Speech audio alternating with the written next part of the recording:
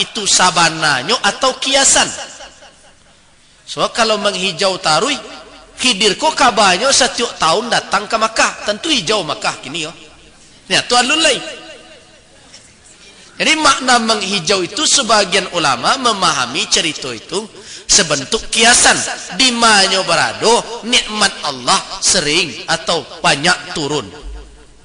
Itu biasanya tuh seorang saleh biasanya akan sekelilingnya akan datang rahmat. Malah zikir bisa menolak bala. Allah tidak akan mengazab selagi wak pandai minta ampun, wak berzikir kepada Allah. Nah itu biasa. Nah jadi persoalan Khidir, persoalan yang sangat diperbedakan pendapat di situ. Tetapi mereka berkeyakinan Khidir masih hidup. Taruhlah yo hidup. Tapi bisakah awak mengambil suatu ajaran yang tidak diajarkan oleh Rasul dari Khidir? Malah kecenderungannya kalau awak teliti, cara serupa itu mirip dengan yoga India. Mirip benar. Baku itu bu. Nanti mungkin ada di siku yang pernah ambil tarikan Naqsyabandi. Zikir nafi isbat itu harus melalui lataif tertentu. Latifah itu state namanya. Atau kalau pernah ibu-ibu mencari ada pengobatan. Biasanya ada titik-titik pembangkit aura namanya. Itu ada tuh kunci-kuncinya. Nah itu miripnya zikir nafi isbat itu biasanya ditarik nafas itu dari titik di bawah pusar naik kate tibu di puncak atau di tengah-tengah utak awak dinamakan nafsun natik. Itu lahnya dari situ kate ke bawah, dari bawah tuh kate lah. Ketika ilahanya itu dibawa keluar. Ilaha ketika illallah diampehkan ke ujung jantung yang dinamakan kalbu. Itu di situ namanya latifatul qalb. Jadi sebelum zikir nafi isbat biasanya ditalkinkan dulu zikir lataif namanya, yaitu zikir ismuz zat. Jadi ini bagi ada 5 tampik zikir di dalam hati awak. Yang pertama di ujung jantung namanya latifatul qalbi, kemudian ada latifatul ruh, kemudian ada latifatul khafi, ada latifatul sirri, dan di tengah jantung latifatul akhfa. Itu ada makamnya, ada bara zikirnya. Itu yang dilakukan di dalam suluk. Jadi udah apa-apa, ambo tak mengecen ambo ahli, tapi ambo pernah tahu dan pernah belajar itu. Jadi ambo kecen ke bukan ambo baca saja. Ambo pelajari. Nah nanti setelah itu baru ditalkinkan zikir nafi isbat seperti tadi menungkek lidah ke langit-langit itu. Tanang sahaniang-haniangnya. Itu nanti kecen dek sebagian haniang dalam kulimah. Nah, pengajian itu ternyata dasar dan sumbernya tentu berbeda. Kamu belajar itu harus dengan analisa. Aku dari orang tasawuf, kok haram hukumnya kok? Awak kalau belajar aku tak boleh bertanya. Mempertanyakan itu tandanya menyangsikan keahlian guru awak. Nah, itu. Jadi tak boleh adab. Ibu nanti kalau baca adabul murid, adab seorang murid dengan syekh, tak boleh membantah, tak boleh meragukan. Kok ada tasu aib guru takwilkan elok-elok, so guru aku orang sempurna, begitu. So kalau dikeragui guru, anda naik peringkat awak di hadapan Allah, makam namanya. Nah, jadi makanya cenderung di dalam kajian tarekat orang fanatik ke guru. Itu penyebabnya itu. Karena memang dari doktrinnya itu, dari ajarannya menuntut seperti itu. Nah kita kan di situ tidak memvonis mereka salah, cuma menyampaikan begitu ajaran mereka. Nah itu dan ambo teliti, dan sepulang ambo sesampai mau pulang ngaji, tadang ada ambo pernah kaji itu disampaikan hari Kamis sebelum ambo mengaji. Ambo tanya nih yo. Nah kalau yo berarti tugas ambo menjelaskan secara keilmuan. Iyo ku ada dasarnya dari Rasul, kecek nan mengaji ada dasarnya dari Rasul. Nah ambo cari bertemu dia ambo memang di dalam kitab At-Turuq As-Sufiyah di Mesir, di dalam tarikat Sufi di Mesir. Jadi mau pernah mengikuti tarikat Sufiyah induknya ado ampe tarikat. Kalau jo Naqsyabandi jadi 5. Rifai, Ahmadi, Qadiri, kemudian Saziliyah. Nah, dan masing-masingnya mau punya syekh di dalam tarikat itu. Di antaranya yang paling ngaco mau jo Syekh Zaki Ibrahim. Itu yang menggabung antara Saziliyah dengan Rifaiyah dan Naqsyabandiyah. Nah, ambo cali itu dari cali dasar itu ternyata ndak ambo temukan hadis na menungkek lidah ke langit-langit. Nam bertemu hadisnya indah ada dalam kitab sahih. Kayak ibu cari dalam kitab sahih ada nambo cali terjemah Sahih Bukhari ndak tersuwa beku hadis itu. Sahih Muslim ndak ada pula. Tirmizi ndak ada. Hakim An-Naisaburi tidak ada. Hadisnya informasi yang sampai kamu itu dikecekkan Rasul pernah mengajarkan ke Ali, ya Ali piciangkan mata engkau, tungkekkan lidah engkau ke langit-langit engkau. Nah, indak ditemukan hadis serupa itu. Hadis nantaswa ya Ali ghammid ainai, pejamkan dua matamu, wasma' minni, dengan dari ambo La ilaha illallah 3 kali, kemudian Ali mengulangi 3 kali. Nah, menungkek lidah ke langit-langit tidak ada dalam hadis itu. Nah, jadi kalau ada itu berarti itu ditambah-tambah namanya hadis. Nah, di mana hadis itu ada dalam kitab Imam Suyuti. Nah, Imam Suyuti memang membela sanad itu, tetapi dalam sanad hadis itu banyak cacat. Dan kalau dihukum hadis itu secara ilmu hadis itu dihukum gharib. Anan gharib, hadis nan indak taswo serupa itu melainkan dari jalur nan cie. Hadis nan model itu mirip ado, tapi indak model itu bunyinya. Bunyinya, nah Ali pernah berkata ke Rasul, ya Rasulullah ajarkan ambo zikir kepada Allah. Kecek Nabi, la ilaha illallah Ali. Kecek Ali, ya Rasulullah ambo ingin yang istimewa untuk ambo. Kecek Nabi ndak ada ya Ali, la ilaha illallah itu lebih baik dari langit dan bumi.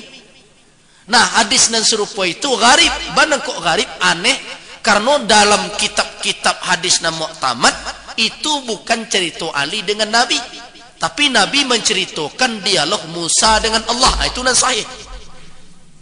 Muncul saja kasus Ali dengan Nabi. Itu dinamakan gharib namanya. Aneh, sebab dalam kitab-kitab sahih nan mu'tamad, hadis nan kitab nan dipegang nan ada kisah Musa dengan Allah. Alimni ma azkuruka kul la ilaha illallah. Kecek Musa, ya Rab kullu ibadika, seluruh hamba engkau memakai itu sebagai zikirnya. Uridu syai'an takhussuni, ambo ingin engkau mengkhususkan ambo cie. Kecek Allah, ya Musa kul la ilaha illallah. Wahai Musa katakan la ilaha illallah. Nah, ada lain istimewa dari itu.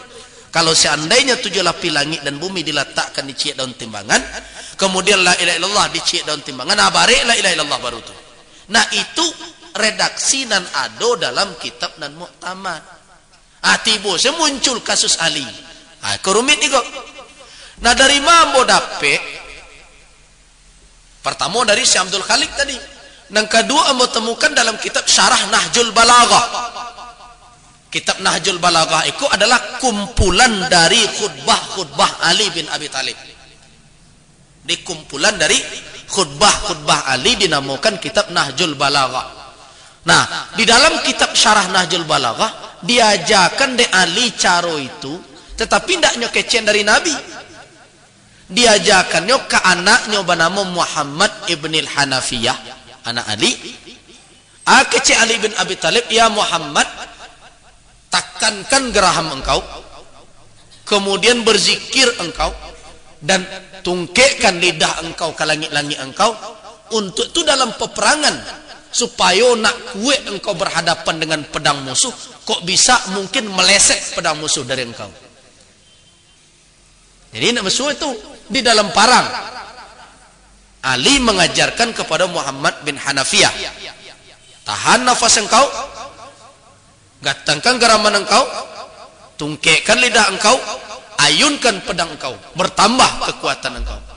Nah, ikulah Jadi iko khusus iko dalam cara berhadapan dalam peperangan. Nah, jadi nan bisa wak temukan sabananya riwayat iko memang nan paling kue si Abdul Khalik dari Khidir. Nah, boleh ndak wak mengikut Khidir ambo bertamu hadis. Hadis itu sahih.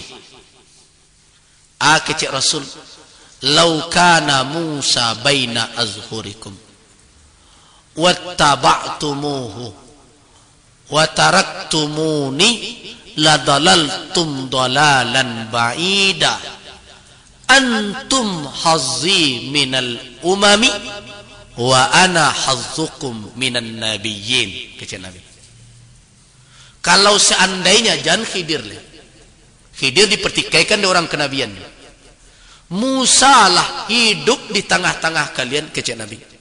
Hidup Musa kini kok. Fattaba'tumuh, kalian ikuti Musa. Wa taraktumuni, kalian tinggal nambo, kecik Nabi. La dalaltum dalalan ba'ida, sasik kalian sasik nan jauh tu, kecik. Antum hazzi minal umam, kalian ikut jatah hambo dari sekian umat nanado di muka bumi ko. Semenjak ado sampai hari kiamat, kalian jatah hambo, kecek Nabi. Wa ana hazzukum minan nabiyyin, sebanyak nabi nan diutus di Allah, ambo pula lah nan nabi kalian, kecek Nabi. Jadi ndak patut wak turi ajaran Nabi Khidir kalau ndak bertamu petunjuk itu dalam Rasulullah sallallahu alaihi wasallam. Bukan awak meremehkan Khidir. Kita yakin Khidir adalah hamba Allah yang saleh, yang diberikan oleh Allah hikmah yang tidak diberikan kepada yang lain. Nah, jadi kemudian ada dalil yang kedua, Nabi pernah mentalkinkan zikir secara jamaah. Apakah iyo hadis itu? Benar. Ada bertamu di dalam Musnad Ahmad bin Hanbal. Cuma di kalangan kawan-kawan di tarekat batu kuat seketik. Di dalam Musnad Imam Ahmad berulang cek balik, ternyata kalau di ajaran tarekat biasanya kami dulu kalau lakah berzikir tu, itu orang naindak dan alun satu membaiat lain. Kalau menerima ijazah dari guru suruh keluar tu, ndak boleh satu tu sama. Itu. Nah, dasar iko ada dalam hadis Imam Ahmad bin Hanbal. Nah, Imam Ahmad meriwayatkan hadis iko. Imam Ahmad jauh lebih tua ya dahulu daripada Imam Naqsabandi itu, dari Syah Muhammad Bahauddin. Imam Ahmad meriwayatkan itu. Memang ada hadis dari Syaddad bin Aus, sahabat Nabi. Syaddad pernah berkata, Rasulullah pernah datang menemui kami dan berkata, qala hal fikum gharib, ada ndak orang asing di tengah kalian?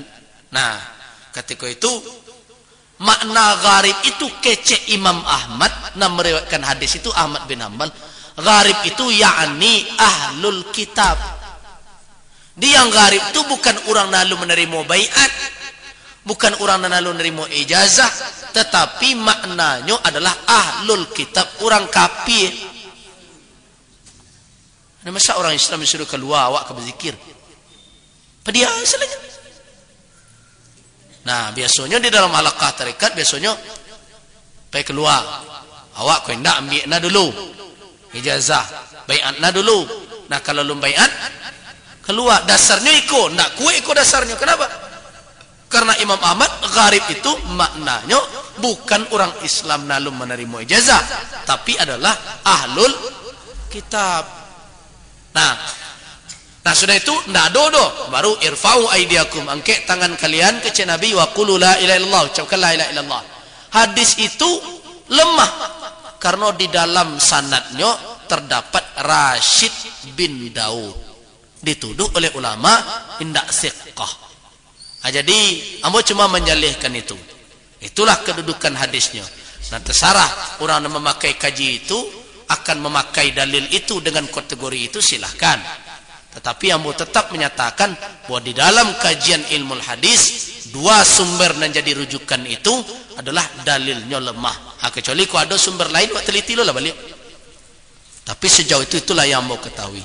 Jadi itu yang dimaksud dengan dasar-dasar menungkekkan lidah ke langit-langit. Jadi ndak taswa dalil nang kue. Nah itu banyak